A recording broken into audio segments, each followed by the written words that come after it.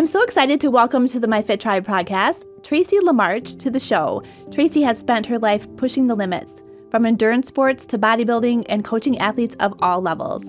After a serious knee injury led to the amputation of her right leg in 2023, she did not slow down. She's back on the bodybuilding stage, racing 5Ks and other cycling adventures, and helping others find their strength along the way. Tracy, welcome to the show. Thank you so much for having me. Tracy was referred to me by Renee Schneider, who was on a previous episode sharing her knowledge of coaching and bodybuilding and nutrition and fitness. And she met you at the stage last year and was so inspired by you and your journey. And, bodybuilding for me too has created such an amazing group of friends and athletes that help support each other, and such a cool community. So I totally understand how that relationship started with you and Renee. So I'm excited that you were able to join me for this conversation. Yes, absolutely. So let's start a little bit about what your fitness history was growing up and as a young adult, and how you found that passion. Yeah, wow. That's a long road, and it's not a linear one, but I grew up not very athletic, believe it or not. I grew up in a very small town on a farm. So we did have farm animals and horses, but sports was not a part of my life at all, other than riding horses. So I would say I was maybe fit in that aspect, but I didn't play any high school sports. I didn't run. I was not a cyclist, anything like that. I really did not get involved in fitness as an actual hobby or activity until my 30s, when I actually sustained a shoulder injury and was kind of concerned about being sedentary because I was injured, and I looked for a way to keep moving while I was injured, and I found aerobics classes that I could do actually with my shoulder immobilized and kind of do everything else instead. Fell in love with that and very quickly said, I don't want to be a student of this. I want to be up there teaching and leading the classes. So I got certified to teach aerobics and kind of grew a business from there. And then my students would say, hey, what can we do in addition to aerobics? Can we lift weights? And so I thought, yeah, I'd love to help them on that journey too. So I got certified as a personal trainer, and it really just took off from there. I started to embrace the whole healthy living lifestyle and being as active as possible and working on my body. I think of bodybuilding as not just a sport, but a passion and a lifestyle. And you can be a bodybuilder even if you don't compete. You're constantly just building your body. And that's what I fell in love with. And it eventually led to running and racing marathons and ultra marathons. And then I decided I wanted to continue with that extreme thread and decided to get into bodybuilding and really kind of see what I could do to test my limits there on a strength platform.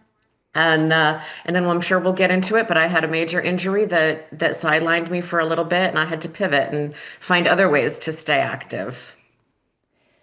So we delve into your history a bit. So how do you go from kind of getting into athletic or fitness a little bit to that competition stage? Because that can be a big change, right? A lot of people are active. They go to the gym. They might, run a little bit here and there. But there's a little bit of a transition when you go from that leisure exercise into competition. And for me, that was a game changer. So what was your transition like between the two? I have always been competitive. It really doesn't matter what I would sink my teeth into. I wanted to compete, and not necessarily compete to win, but to compete to see how far can I take this with myself. I love the concept, especially in bodybuilding, that we're competing against ourselves. I always say in bodybuilding to my clients, you're competing against the girl in the mirror. You're not necessarily competing against everybody that you're standing up there with. This is a journey on finding out how you can be your best version of yourself, and then kind of get up there and let it be evaluated by others. We are being judged when we're on stage, and it is an evaluation process. And it's nice to kind of get that full 360 perspective on how are you doing on that journey? How have you grown? And to hear judges' feedback. And of course, if you can walk away with a medal or a trophy, that's just icing on the cake. But for me, I have always been really competitive and just wanting to be the best version of myself that I could be. That's important, because not not everybody has that, or people find that at different stages in their life, right? A lot of times as parents, as we focus on our kids and we don't always take the time to take care of ourselves to be able to follow those dreams. So I think it's really important to let people know that they can at any stage of their life, depending on what they're doing, really find a passion and give it their all, and what confidence it gives us when we're doing so. Absolutely. And that's been an important part of my journey is that what you look like today, you're not necessarily not look like physically, but just what your life looks like today is not necessarily what it was 10 years ago. And it's hard to say, I want to be that version of myself again. I miss that version of myself. No matter where you are on your path, you can be the best version of you in that moment. And I think that is important. You talked about raising children. And that's something that I think kids really need to learn as well. We're in this world of constant comparison of what is this person doing and what is this person able to achieve and everything. And I think it's really important from a young age to learn that this is about you and being the best version of you that you can be. Yeah, I'm glad you said at any stage, because it really is. We talk about youth when they're going through youth sports or just growing up and those challenges up into, again, parenting. And then when you really get to find something that you can sink your teeth into, how that really can open up so many doors and opportunities. So let's talk a little bit about that injury. So what was your life like right before when that injury happened? Yeah, so I was pretty deep into my competition lifestyle as a bodybuilder. I had recently transitioned away from competitive ultramarathoning. So prior to that point, I had been running and racing long, long distances, 100-mile, 200-mile, 300-mile races, and had moved over into the bodybuilding world, but I was afraid to give up running altogether. I still loved it so much. So, although I was competing in bodybuilding, I still coached a team of new athletes. We called it Couch to 5K. So, new athletes that had never really done much running before. I worked with them and helped them complete their first 5K race. And I was out coaching these individuals. We were at the track and sent them off on doing some sprint intervals. And I decided, because I still love running, I said, I'm going to run with them. I'm going to just jump in and sprint with them. And I wasn't warmed up and I hadn't been doing much running because I'd been doing more bodybuilding. And I felt something go in my knee. And that was the injury that just snowballed everything from that point. Was it a ACL, or what was the actual injury that It you was a suffered? meniscus tear, believe it or Meniscus. not, which is such a simple injury. Runners get it all the time. You don't even have to be a runner to get that injury. It was minor. We decided to operate on it, which at that time, even the surgeon had said, it's up to you if you want to repair this or kind of see if we can work through it with physical therapy. And I went the route of operating on it because I wanted to very quickly just get back, like just fix it and let me get back to my life. And unfortunately, that surgery was unsuccessful. And as I tried to recover from that and keep moving, I had additional damage that then did involve my ACL and my PCL and my LCL. Things just deteriorated, and I started having more and more surgeries to try to fix all of the damage that was being done, and then complications from those surgeries that, it just, anytime that you go through a medical procedure, there's always a risk. That's nothing is guaranteed. And I was the unfortunate recipient of that, 0.000 whatever percent of people that were not going to be successful. So you ended up having, was it 8 or 9 surgeries then for that Nine. knee? Nine Nine surgeries over surgeries. the course of 2 years. Um, Wow. and it brought me to a point, even when we couldn't repair the tissue anymore or figure out how to repair the tissue, then we got to the point of maybe the way my leg is structured is kind of off balance. And they went in for one surgery and removed some bone from my lower leg, from my tibia, to try to change the angle that my leg comes into my knee. And I had plates and screws in my lower leg to, after the bone was removed, to try to hold it together. Some of the screws broke in my bone and they couldn't get the screws out. And now the plate was no longer holding that bone into place. So I had a bigger plate put over it and bigger screws put in over that. And I eventually did get a bone infection. There was unfortunately just a MRSA on the metal that was in my leg, and so I got infection under that. And they weren't able to get the infection out because there was so much metal stuck in my leg. And if we removed the metal, the bone itself was not strong enough to hold me up. I wouldn't be able to stand and to walk and everything. So they gave me a number of options. Amputation was one of them. It was obviously the most extreme option, but I saw that as the best path forward, the best way that I could just be kind of done. I wanted as much, finality as I could get so that I could just start up on a new life and pick my path and go forward without all this uncertainty of what is my leg going to do and is my leg going to heal and can it be functional again? I wanted to remove all of those questions and just have a definitive answer. Wow, what a process. Just going through one surgery can be not only traumatic physically, but then emotionally having to rehab and then having to give up some of the activities you're doing, especially when you're a highly competitive and active person. And then you had to do that 9 times before being forced with a really hard decision. What, what got you through it? What allowed you to approach each surgery as I'm just going to get to where I want to be? Like, that's a difficult mindset to maintain through all of that.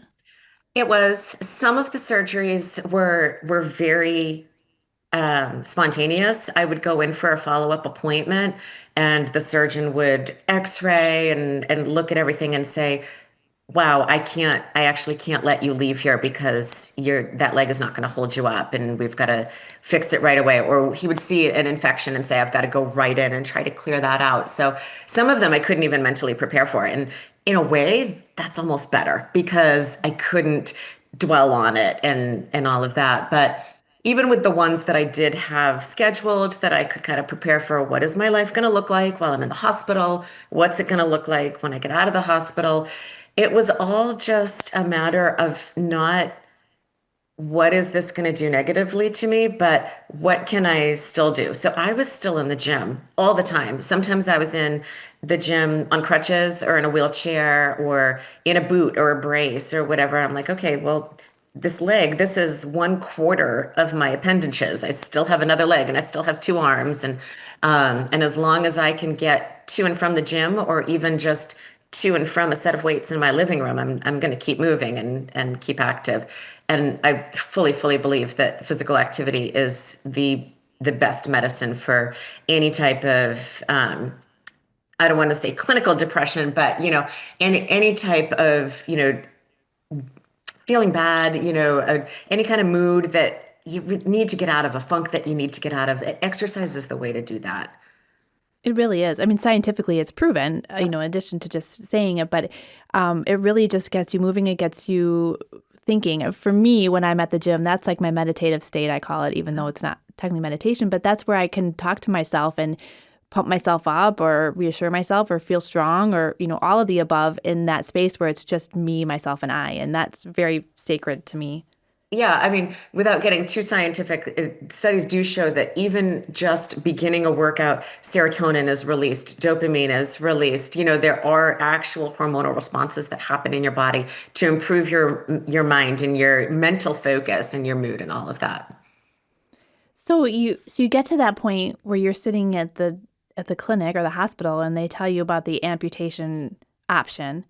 That is a huge decision. I can't imagine. I mean, again, you were very positive in your approach to all the surgeries going up to that point. At that point, was that a pretty easy decision then because you just felt that that was the way to be able to move forward since it had been so much? It actually started as a joke. Once I was maybe 4 or 5 surgeries in, and it was the same surgeon every time. So we got to know each other pretty well.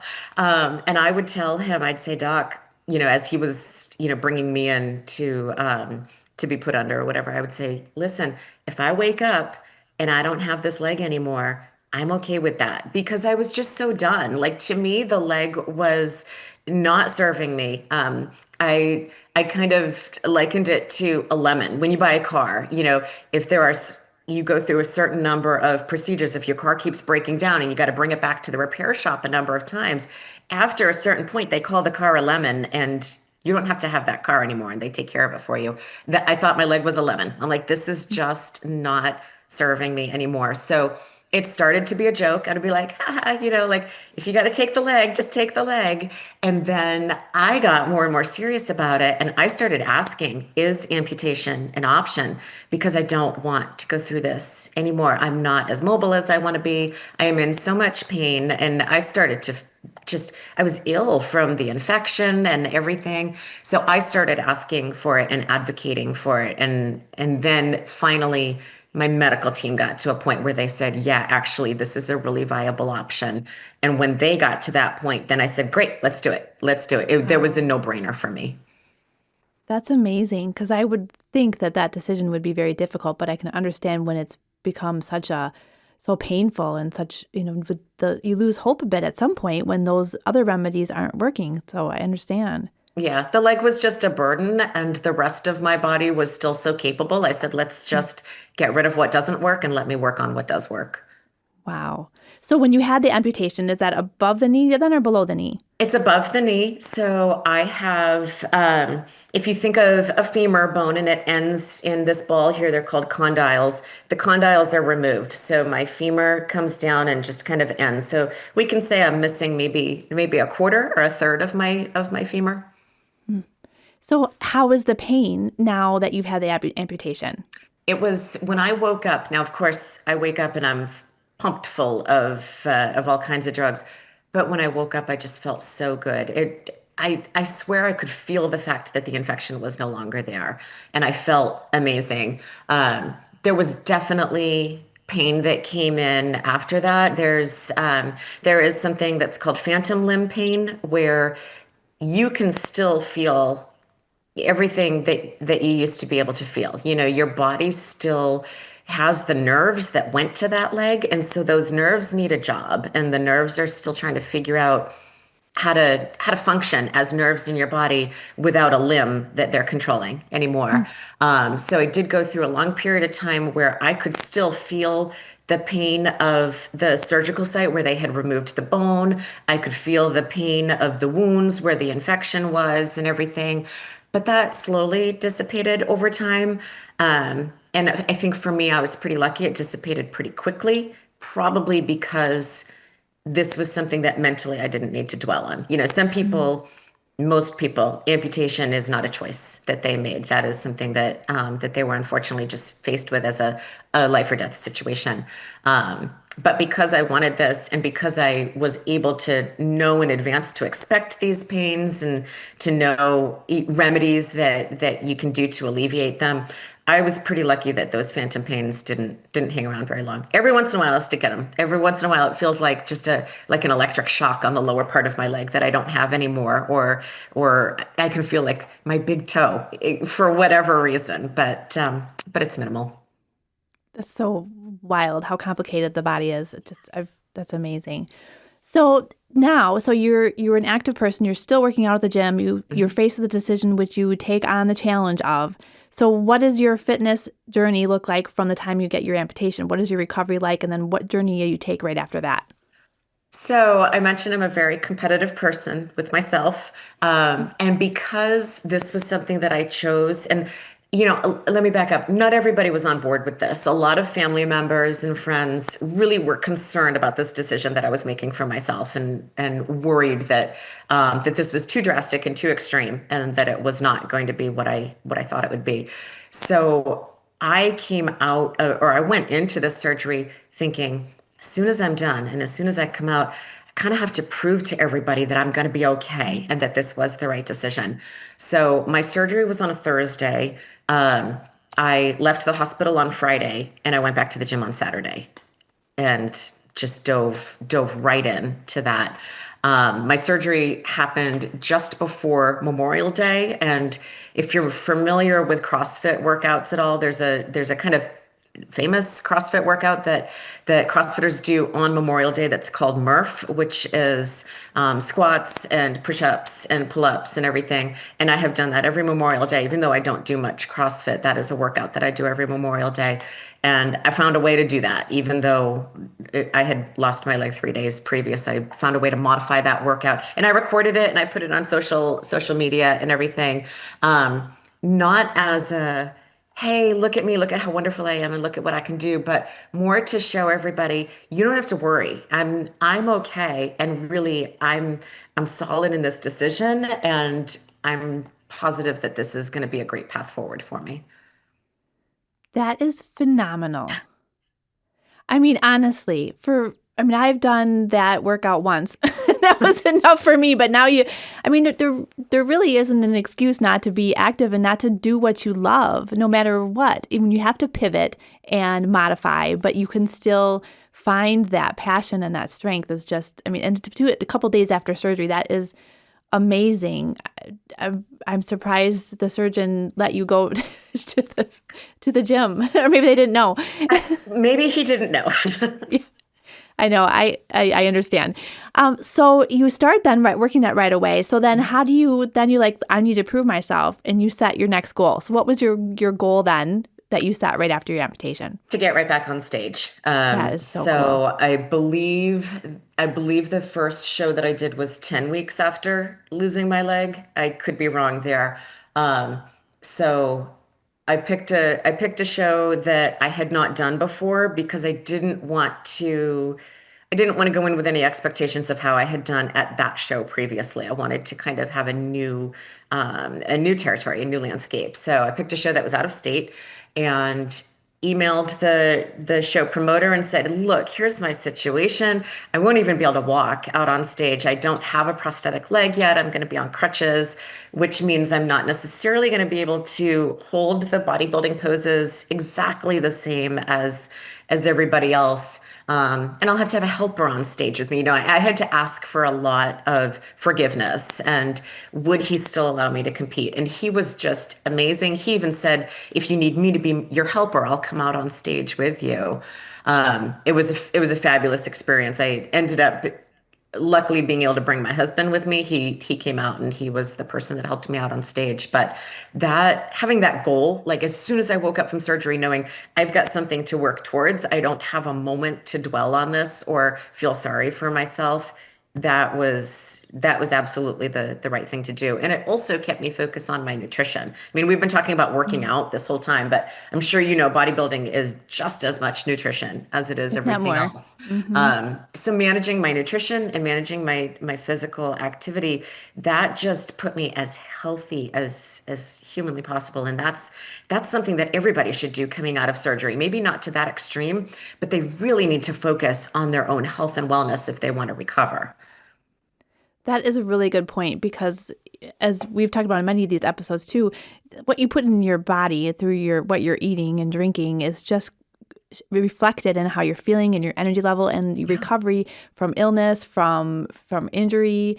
It is just all in one, along with the mindset too. It's we like to think of nutrition and fitness, but as you are showing, your mindset and your spiritual growth and your meditation or whatever to calm yourself, that plays a huge part in trying to keep healing and being that best version of yourself too, for sure. It does. So you're at the top of the game with your nutrition. You get right back to that stage, which I'm just in such awe because I know when I first wanted to get on that stage, I was so terrified. But when you just set your mind to a goal, you are going to do it. So that is very apparent. That is awesome. So then that was in 2020. Was that just last year then that it was after surgery? Or was that 2023 that you 23. Yep. Yep. 23? 2023. Okay. And then how many shows did you do that year?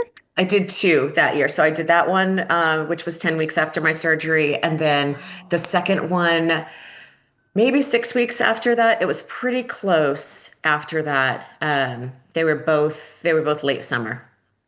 Wow. And then you went on to set your goal then to compete again for 2024, correct? Correct. I did nationals in 24, masters nationals in 24, which I had been on the fence about whether or not I wanted to do that. I was thinking about maybe exiting the bodybuilding world for a little bit and focusing more on some endurance sports. But about 10 weeks before nationals, I received notification from a adaptive sports organization that they were offering me a grant to compete.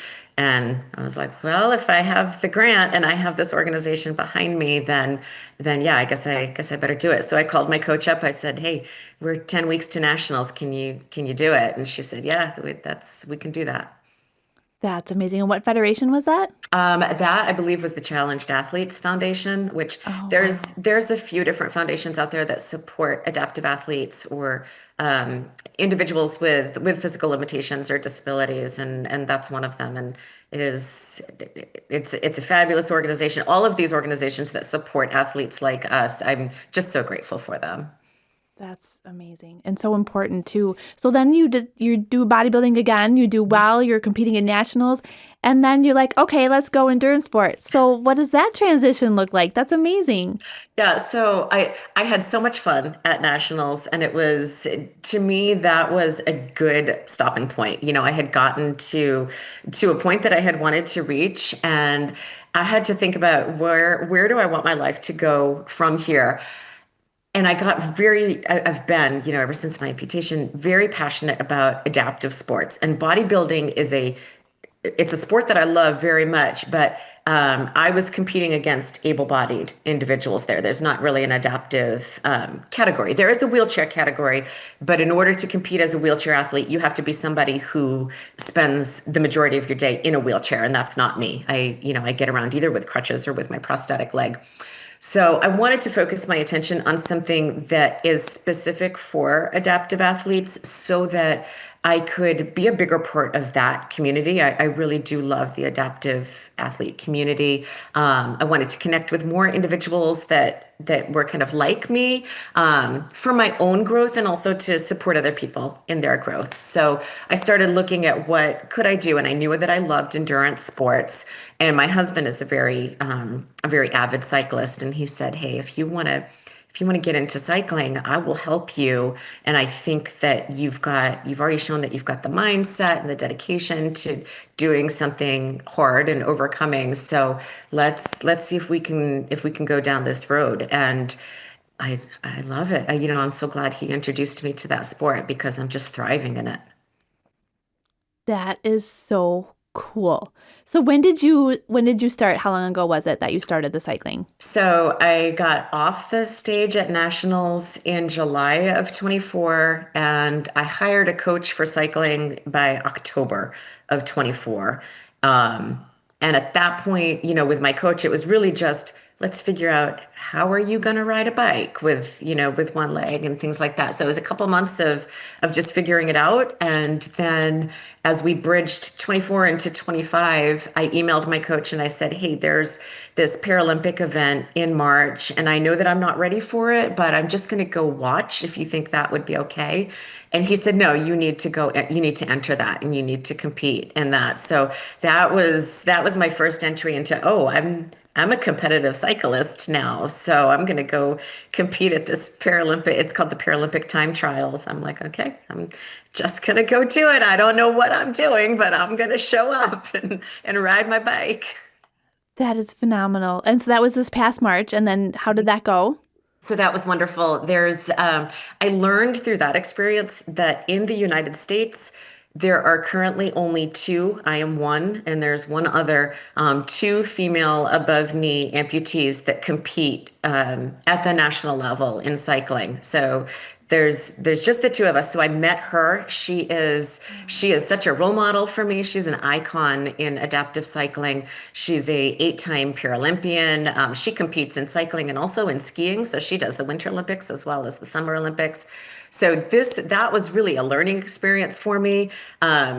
She took gold and I took silver, because there was just the two of us. But I got to I that was my exposure to the cycling community and to the adaptive cycling community and to competitive cycling, and I love it. And then I went on to go to a couple of different nationals events since then, and a bunch of community events as well, because that's what's great about cycling is it's a level playing field. Whether you're at the community level or the national level, once you're on a bike, you're kind of the same as everybody else. You're no longer somebody with one leg. We're all on a bike, and the bike is what's powering us forward, not our legs anymore. So it's a good equalizer, I think.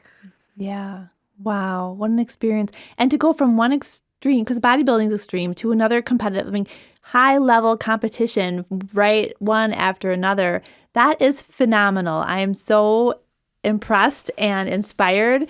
Wow, wow. So you also you're working with the adaptive community. Mhm. How else are you able to share your story to help impact others so positively? I am a personal trainer and an indoor cycling instructor, which is I love because that gets me into my own community and it gets me working with adaptive athletes, but also able-bodied athletes. And I think that's something that I love is being able to show able-bodied people what, that adaptive individuals are just as athletic as they are. But also we've got some people in the community that prior to my working at this gym and being able to train as an athlete was with a disability, we had some people that just didn't even know, someone could have a limitation with an upper limb or an amputation and just didn't even know, like, how do I, what do I do in the gym? Can I even go to the gym? What exercises can I do? And I love being able to open those doors for people and see where they can take this. And then social media as well. I'm still trying to grow my social media following for the same reason, to talk to the able-bodied athletes and the adaptive athletes together, because in the end, we all have the same goal. We just want to feel good about ourselves, right? Right. And when you get to see somebody else do something so amazing, I mean, it truly inspires everybody because you may have restrictions and limitations, but again, like you have said, you have to just pivot and modify, and you can still do amazing things regardless of what you have going on in your life and with your body. Yep. And I had great role models as well, probably because I had this time to prepare for my amputation. So I went onto the internet and I went onto social media and I tried to find people who were doing the things that I want to be able to do. So I had people to look up to show me what was possible in this new life. And so that is kind of my hope, is that even if I don't know that I'm doing it, I hope that I am showing other people what is possible in their lives as well. That the mindset that you have carried out through your whole life, starting with being competitive with yourself, as you mentioned, and then through this whole difficult journey, is rare and special. I mean, there are so many people that, you know, it's easy to get down and depressed very quickly, especially when you're dealing again with an illness or an injury or a disability. And so, what advice can you give, like outwardly, to people who are going through something that is putting them in that really dark space to help them to see the light and give them that confidence to find something to focus on? Yeah, I think everybody it doesn't matter what we're dealing with, whether it's a physical limitation or something mentally that we're struggling with, or something that's going on in our finances, that everybody at some point is going to struggle with some sort of loss. You've lost a loved one, you've lost a body part, you've lost a job. I mean, loss is just so inevitable in our lives. And we have the choice to focus on what we've lost or to focus on what's within our control. And I use the phrase control your controllables all the time. When something is out of your control, there's nothing, you have to accept that that's out of your control. But what is within your control is how you respond to it and how you choose to pivot and move forward with that. And it really is a shift of choice. You can choose to dwell on what you've lost, or you can choose to dwell on what you want to go after. And, I don't know how to tell somebody to make that shift, but I think it's important that we just put a voice to it and recognize I've lost this, and yet I still want to do this. I still want to go after that. And when you vocalize it and when you just kind of throw that out there into the world as something that you want and something that you're choosing to go after, it makes it a little bit more real. That's a good point. And again, putting that out there and really seeing yourself do it, I think makes a difference too, instead of just, well, I would, but I can't. Right. Instead of really visualizing yourself and putting that as a goal and what do I need to do to get there and who do I need in my corner to help me do it? Absolutely. Support system is it.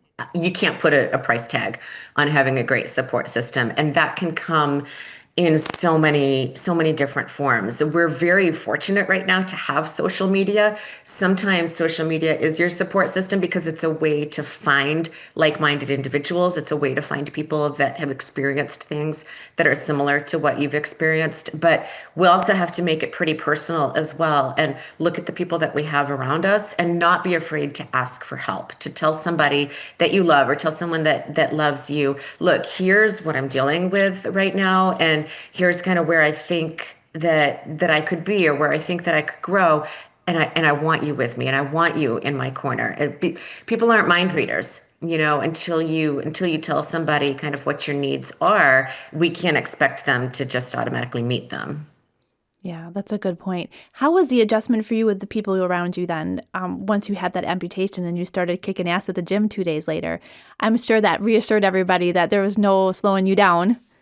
Yeah, it did help. I think, the people that really love me, my mom and my kids and my husband, they were worried, right? Yeah. And even my husband said that he's like, Trace, I don't know what kind of person you're going to be when you wake up from this because it is so life changing. And I think he was truly worried, not just for my own health and safety, but mentally, who was I going to be when I woke Yeah. up? And so I do think that the fact that I had a goal to work for and the fact that I just kind of charged forward, it showed everybody, well, that's the same old Tracy. Like she's been doing that forever.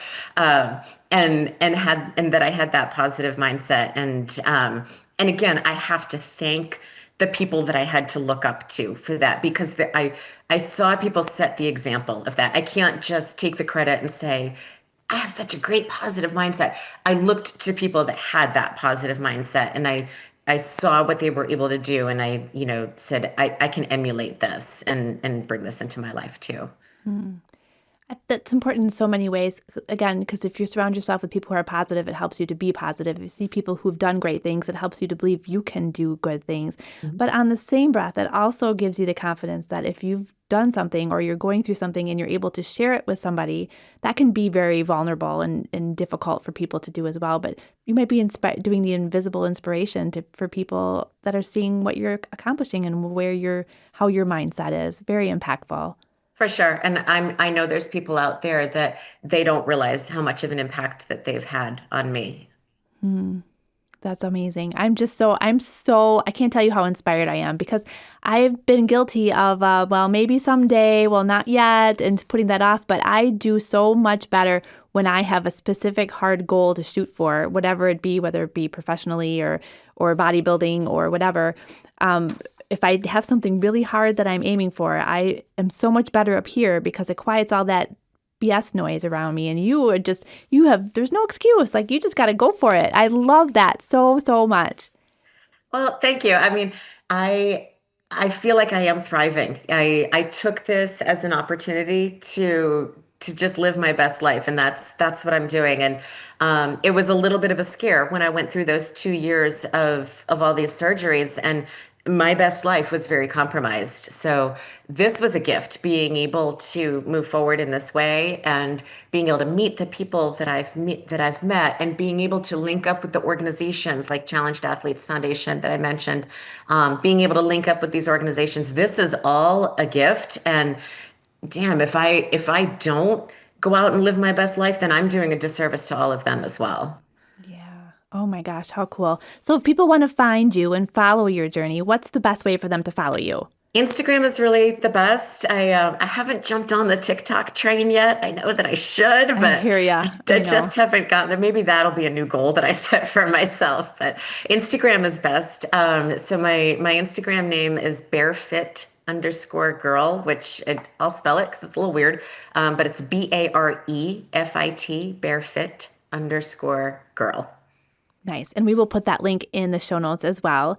And again, I just want to give you such a shout out because doing hard things is hard enough, but finding eliminating the excuses in whatever you're doing is so powerful. And I really think anybody who's listening can take something away from that value of being able to not look at the loss, but look at the reasons why you can. I mean, that is a game changer. And whether it be your relationship or your goals, or again, your career, or just, again, living your best life, whatever that looks like for you, it's a different, but you really are setting just an amazing example for everybody to really just go for it. And so thank you for that.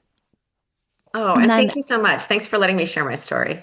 yeah, so I'm going to wrap up the podcast by asking you a question that I ask all my guests. So it's a Oh, two-part question. okay. Okay, so it's not too scary. So the first question is, if you, Tracy, today can have a conversation with Tracy of the past, maybe the Tracy who's in the middle of all those surgeries, kind of wondering what's going on, what would you tell your past self? I would tell her that the future is brighter than you think that it is. Because I did go through some dark times and I was not sure what my future was going to look like. And so I would tell her the future is a lot brighter than you think it's going to be, but it's going to be on you to make it that way. A lesson for all of us. So now you, Tracy, today can have a conversation with your future self. You can pick 10, 20 years in the future. You're probably going to be doing some awesome endurance sport or something, but you're having that conversation with your future self. What would you ask her, and what do you think she would say back to you? Oh, I might ask her if some of the sacrifices were worth it. I will be honest that living this extreme lifestyle does mean that there are some things that have to be put on the back burner. And right now, I do believe that it is all worth it. I'm doing everything that I can to, give my family the time and attention that they deserve and to take relaxation time for myself. But I do want to know, like in the future, like was this really worth it? And what do you think your future self will say back to you? 100% yes.